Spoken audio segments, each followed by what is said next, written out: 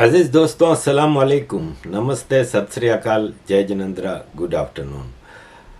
अजीज दोस्तों, सऊदी अरब के हवाले से कुछ आपके सामने चीज़ें रखनी थी।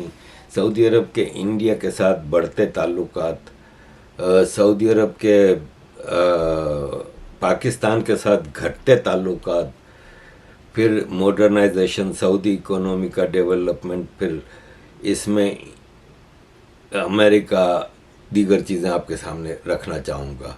अजीज़ दोस्तों, शुरुआत करेंगे मॉडर्नाइजेशन की तरफ। तो देखें, अरब वर्ल्ड चेंज हो रही है। जिनके ऊपर इस्लाम आया था, जिनके ऊपर प्रॉफिट आया था, जिनके ऊपर किताब कुरान आई थी, वो बदल रहे हैं। मतलब इतना एक्सट्रीमिस्ट इस्लाम आपको अब सिर्फ साउथ एशिया में मिलेगा। इंडिया, पाकिस्तान, बांग्लादेश, अफ़गानिस्तान, ईरान, शिया एक्सट्रीमिस्ट। इसके बाद पूरा वर्ल्ड चेंज हो रहा है। ऑलरेडी जॉर्डन, लेबनान, इजिप्ट काफ़ी मॉडर्न थे। इजिप्ट ने अब पर्दा ख़त्म करा दिया स्कूलों से।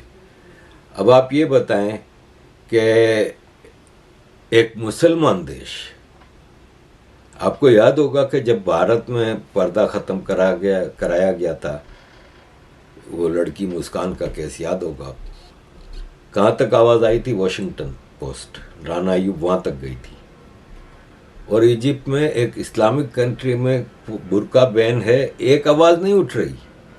फ्रांस में बुर्का बैन, पूरी दुनिया के मुसलमान मौलवी शुरू हो गए। अब इजिप्ट कर रहा है, एक आवाज़ नहीं उठ रही, क्योंकि ये अरब में से हो रहा है। जब अरब में से होगा, और Egypt is Jamia Azhar university of Cairo, ये मुसलमानों के सारे दारुल फतावा का हेड कह लें एक तरह से। फतवा की सबसे बड़ी यूनिवर्सिटी है, जिसको पूरा इस्लामिक कंट्रीज मानते हैं। इजिप्ट ने कर दिया। सऊदी अरब मॉडर्नाइज हो रहा है। अजीज़ दोस्तों, आज से 17-18 साल पहले की बात है, जब war on terror George Bush की दबा के चल रही थी, और ये है कि पाकिस्तान उसमें डॉलर छाप रहा था, लेकिन धंसता जा रहा था। पाकिस्तान अपने ही खोदे हुए खड्डों में गिर रहा था बार बार। ये 9/11 के बाद से शुरू हुआ है पाकिस्तान का जो डिक्लाइन है ना, और उसमें अपने फौज और पॉलिटिशियन की वजह से कभी ऊपर नीचे, लेकिन बहुत तेज़ी से डिक्लाइनेशन 9/11 के बाद से हुआ। तो अजीज़ दोस्तों, 17-18 साल पहले जब टॉप पे वार ऑन टेरर चल रही थी, तो जॉर्ज बुश अमेरिकी प्रेसिडेंट इंडिया गए एक दौरे के ऊपर। तो पाकिस्तान ने डिप्लोमेसी की पूरी दौड़ें लगा दी, पैसा खुला ढुल्ला छोड़ के। तो पूरा जोर लगाया कि जॉर्ज बुश प्लीज़ बीच में पाकिस्तान में रुकते हुए जाएं, ताकि हमारी भी कुछ इज्जत बनी रहे, सोसाइटी में नाम बना रहे कि पाकिस्तान में भी जॉर्ज बुश आया था। तो 17 घंटे के लिए ये इसने स्टॉप ओवर लिया था जॉर्ज बुश ने, और सिर्फ बच्चों के साथ वहाँ पे क्रिकेट खेली, छोटी मोटी बातें की, चला गया।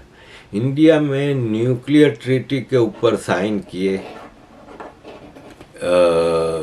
न्यूक्लियर कोऑपरेशन एग्रीमेंट इंडिया के साथ साइन किए, और कई एग्रीमेंट साइन हुए, कई चीज़ें हुई। यही चीज़ वापस पाकिस्तान आज 17-18 साल बाद, जब क्राउन प्रिंस मोहम्मद बिन सलमान जा रहा था सऊदी अरब से इंडिया G20 की कॉन्फ्रेंस अटेंड करने, तो कई महीनों पहले से फॉरेन मिनिस्टर लेवल से कहा जा रहा था कि सऊदी अरब का प्राण मोहम्मद बिन सलमान बस आने वाला है, ये आ रहा है अगले हफ्ते, ये अभी आ रहा है, बस ये आ गया।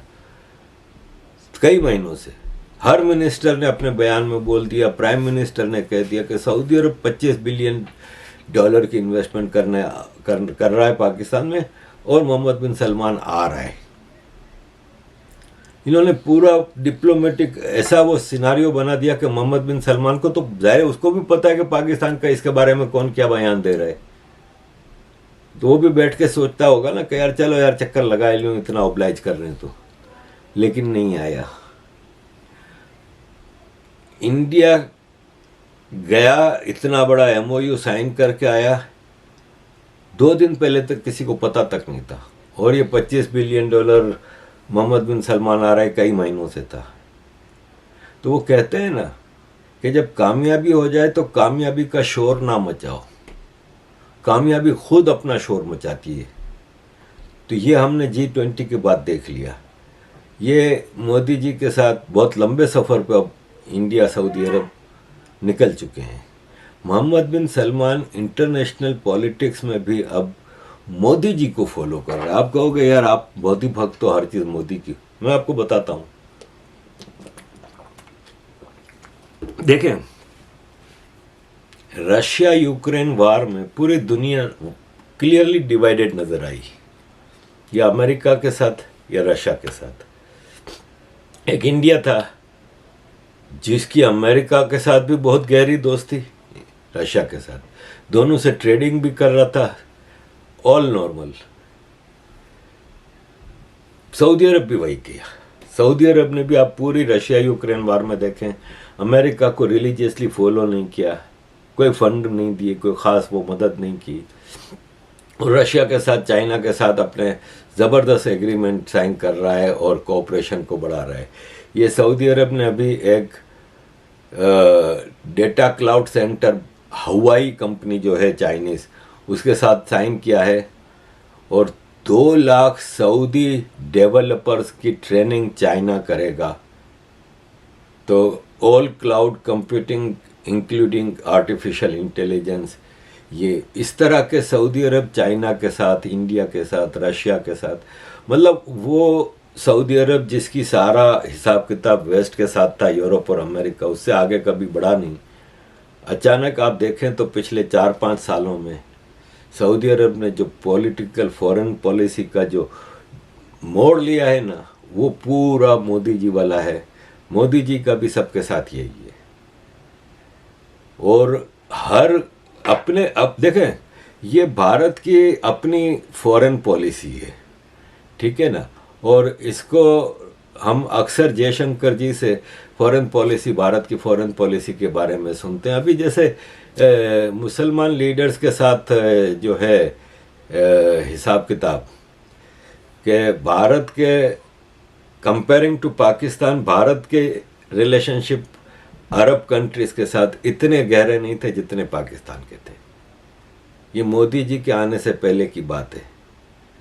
लेकिन मोदी जी ने आने के बाद, ये शशि तरूर जी से सुन लें। Definitely praised the extraordinary success in delivering an outcome document, agreed joint communique, which frankly had looked as if it was not going to be happening even when the world leaders were assembling in Delhi. So it takes a tremendous amount of diplomatic skill and adroitness to pull that off. And I give my absolute unconditional applause to the team, the G20 Sherpa, Amitabh Kant, the Foreign Minister, Jayashankar, and the very able and skilled diplomats at all levels, who did all that was necessary to pull off such a difficult feat. I think that shows Indian diplomacy at its best, the ability to work with all sorts of countries. I understand they got the Saudis on board, the Indonesians on board, other countries came along to tread the Brazilians, for example, and they were able to persuade both the Russians and the Chinese on the one hand, and the West on the other, to agree to language that fell short of the ideal wishes of either side. That's skillful diplomacy, and that I think every Indian should be.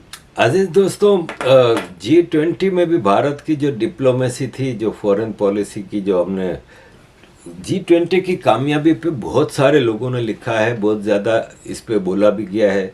तो अब मैं इस पे कोई programme नहीं कर रहा, लेकिन ये बहुत ही ज़बरदस्त कामयाबी थी। G20 की हम रिसेंट हिस्ट्री में देखते हैं तो हमें याद नहीं पड़ता कि कोई इतना कामयाब इन सेंस के देखें प्रैक्टिकली इसमें कई फैसले हुए। और ये है कि ये गेम चेंजिंग फैसले होते हैं जो कि किए जाते हैं। Middle East, India Middle East Europe को economic corridor, global biofuel alliance, ये 2 बड़े प्रोजेक्ट हैं प्रोडक्टिव G20 की। और इसको भी शशि तरूर जी की ज़बानी सुनिए कि कितनी कामयाब थी। Definitely praised the extraordinary success in delivering an outcome document, agreed joint communique, which frankly had looked as if it was not going to be happening even when the world leaders were assembling in Delhi. So it takes a tremendous amount of diplomatic skill and adroitness to pull that off. And I give my absolute unconditional applause to the team, the G20 Sherpa, Amitabh Kant, the Foreign Minister, Jaishankar, and the very able and skilled diplomats at all levels, who did all that was necessary to pull off such a difficult feat. I think that shows Indian diplomacy at its best, the ability to work with all sorts of countries. I understand they got the Saudis on board, the Indonesians on board, other countries came along to tread the Brazilians, for example, and they were able to persuade both the Russians and the Chinese on the one hand, on the West on the other, to agree to language that fell short of the ideal wishes of either side. That's skillful diplomacy, and that I think every Indian should be proud of, that we have accomplished something which, frankly, almost everybody was writing off as unthinkable. So I would say shabash, 100 on 100 for that. I would also praise them for their efforts to make it a bit of a people's G20. I don't think any previous chairmanship of the 18 other G20s that have been held involved so much of involving the public of a host country, giving it a lot of public salience. We had this University Connect, and we had the Hornbill Festival, and we had think tank gatherings and civil society C20s and all sorts of things which other G20 gatherings had not thought of and had not done so with so much of fanfare and so much of extensive outreach. And that too, I think, is a feather in the cap of the Indian chairmanship. तो अजीज दोस्तों, Saudi अरब means business, और Saudi अरब, इमारात वगैरह ने अपना रास्ता बिल्कुल change किया है। वो ज़माने गए जब रिलीजन को यूज़ करके इन्होंने देख लिया कि यूरोप जब तक क्रिश्चियनिटी के चर्च के शिकंजे से आज़ाद नहीं हुआ तब तक यूरोप ने तरक्की नहीं की। मज़हब के शिकंजे में आप जकड़े रहोगे, आप कुछ भी नहीं कर सकते। ये इन्होंने देख लिया, और इन्होंने जो अपना मॉडर्नाइजेशन किया, अपना इकोनॉमी डेवलप करने की कोशिश की। और इकोनॉमी डेवलप करने में ये होता है कि ईज़ ऑफ ट्रैवल चाहिए। इकोनॉमी, दुनिया भर के इन्वेस्टर्स आएंगे, बिजनेसमैन आएंगे, आपके लोग जाएंगे बाहर। तो अगर रिस्ट्रिक्शंस होंगी ट्रैवल में और फिर डेस्टिनेशन में, जैसे सऊदी अरब कोई आता है, उसको यहाँ पे फैसिलिटीज़ चाहिए पूरी।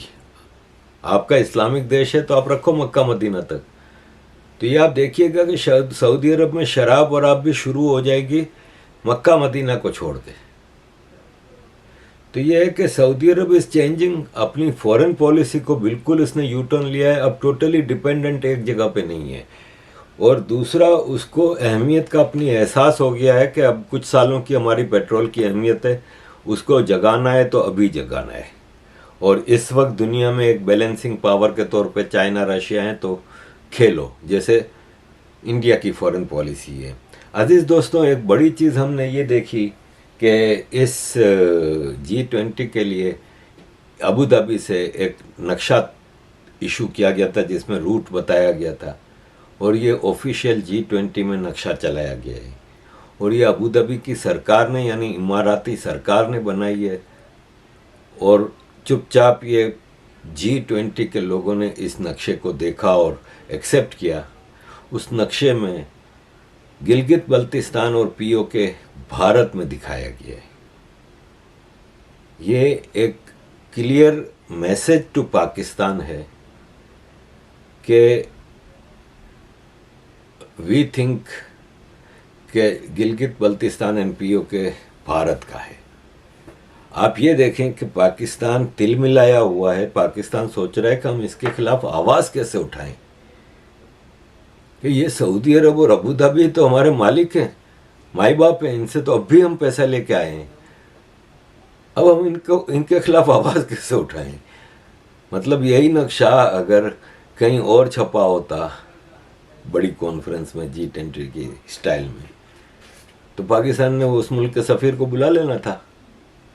लेकिन यहाँ पे तो ये एक तब्दीली है अजीज़ दोस्तों सऊदी अरब के ऊपर इस प्रोग्राम के हवाले से इंडिया का और एक हद तक चाइना का। देखिए, चाइना का एक बबल फटने वाला है। चाइना जिस तेज़ी से ऊपर गया है ना, इस तेज़ी से ही नीचे भी आना है उसने, क्योंकि उसने बड़े मैं उस पर डिटेल में प्रोग्राम करूँगा। एंड पे आपको ज़रा सऊदी अरब के हवाले से बता दूँ कि 3 महीनों में 7.8 मिलियन लोग सऊदी अरब आए। टूरिज्म का एक वो होता है ना, तो दुनिया में सबसे ज़्यादा टूरिस्ट 50 मिलियन इधर गए, 25 मिलियन। ये देखें सऊदी अरब का भी टूरिज़्म ज़्यादातर रिलीजियस टूरिज़्म है, ज़्यादातर क्या तकरीबन, लेकिन बहरहाल सऊदी अरब के पास ये एक ताकत है, वो भी उसको रियलाइज़ किया है इसने। अच्छा, इसको शुरू से ही रियलाइज़ किया है, लेकिन जिस तरह इसको कमर्शियलाइज़ किया है मोहम्मद बिन सलमान ने, जो हज 50,000 रुपये का था उसको 15 लाख का कर दिया। हाजी के ऊपर बोझ पड़ा, लेकिन सऊदी अरब का अब जब वॉल्यूम बढ़ता है बिजनेस का तो फिर वो प्रॉफिट रेशो भी बढ़ता है ना। इसके अलावा उम्रा सारा साल जारी रहता है। अब सऊदी अरब दूसरा इकोनॉमिक टूरिज़्म को भी बना रहा है, जैसे नियॉन सिटी है जो बनाने का है, मुख्तलिफ ऐसे टूरिस्ट डेस्टिनेशन रिजॉर्ट्स वगैरह बनाए जा रहे हैं जहाँ पे देखें। मैं 1984 में जब सऊदी अरब गया ना, तो मेरा वीज़ा तेहरान का था, तो मुझे शुरू में 15-20 दिन तेहरान रहना पड़ा, फिर मेरा कफील चेंज करके जद्दा में ले आए, तो मैं 15-20 दिन तेहरान में रहा था। तो अजीज़ दोस्तों, मैं तेहरान में जब रहा ना, तो वहाँ पे जिनके घर पे मैं रहा था, अपने एक दोस्त के भाई के घर पे मेहमानी था, तो उन्होंने एक दिन दावत रखी थी बीच पे सऊदी अरब में, तेहरान में। तो गाड़ी में बैठ के 3-4 फैमिलीज थी, वहाँ पे गए, तो वहाँ मैंने देखा कि बिकनी में गोरी लड़कियाँ और ये सब। तो मैंने कहा ये सऊदी अरब है?